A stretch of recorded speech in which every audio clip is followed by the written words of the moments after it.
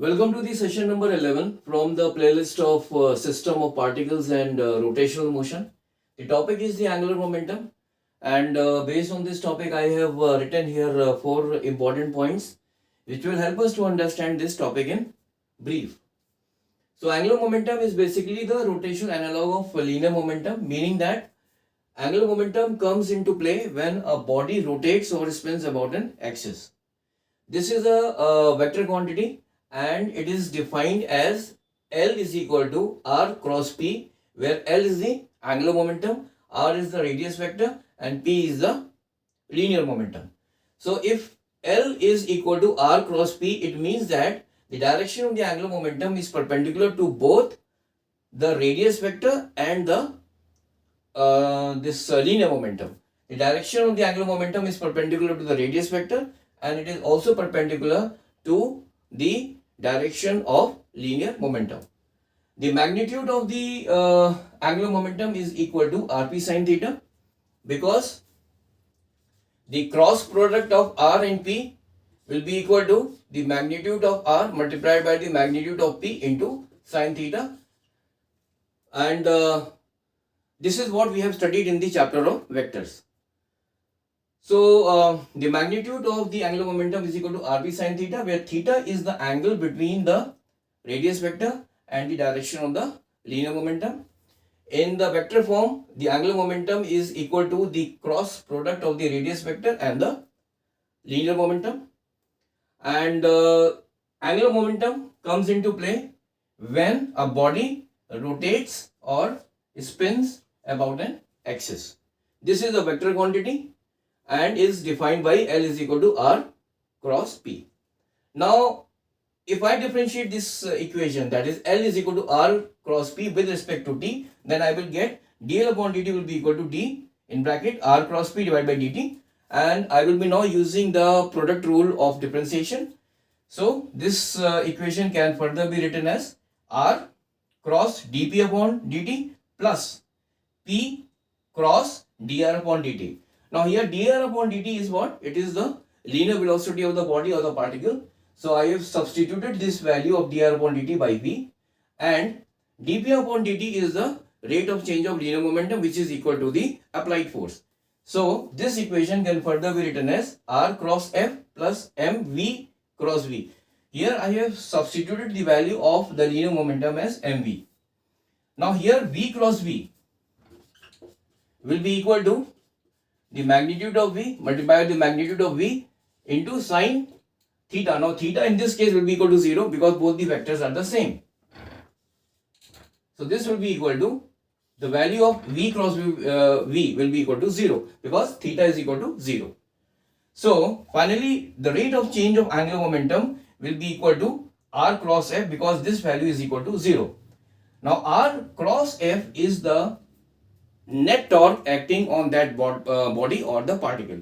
So the rate of change of angular momentum is equal to the net torque acting on a body, and if the net torque acting on the body is equal to 0, then the angular momentum of that body will be constant, or we can say that if the net torque acting on a body is 0, then the angular momentum of that body is conserved. Now let us come to the last point, that is, for a system of n particles, the angular momentum of that system is the vector sum of the angular momentum of each particle which comprise that system or which make up that system. So mathematically, I can write this definition as, let us say L is the angular momentum of a system of particles which consists of n particles. So this can be written as summation I from I is equal to 1 to n Li, where Li is the angular momentum of the ith particle.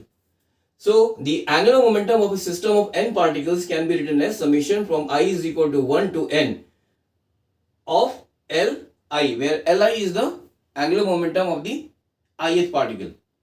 So if there are, let us say, if there are, let us say, 3 particles, so the angular momentum of that system of particle which consists of 3 particles will be equal to L1 plus L2 plus L3, and this will be the vector sum. And this is for a system which consists of 3 particles. So if there are n particles, so I will continue adding the angular momentum of each and every particle, and so this will be equal to L1 plus L2 plus L3 plus L4 plus and so on up to Ln, and this will be the vector sum. So the vector sum of the angular momentum of each particle which comprise that system will be the angular momentum of that system of particles. Now this equation can further be written as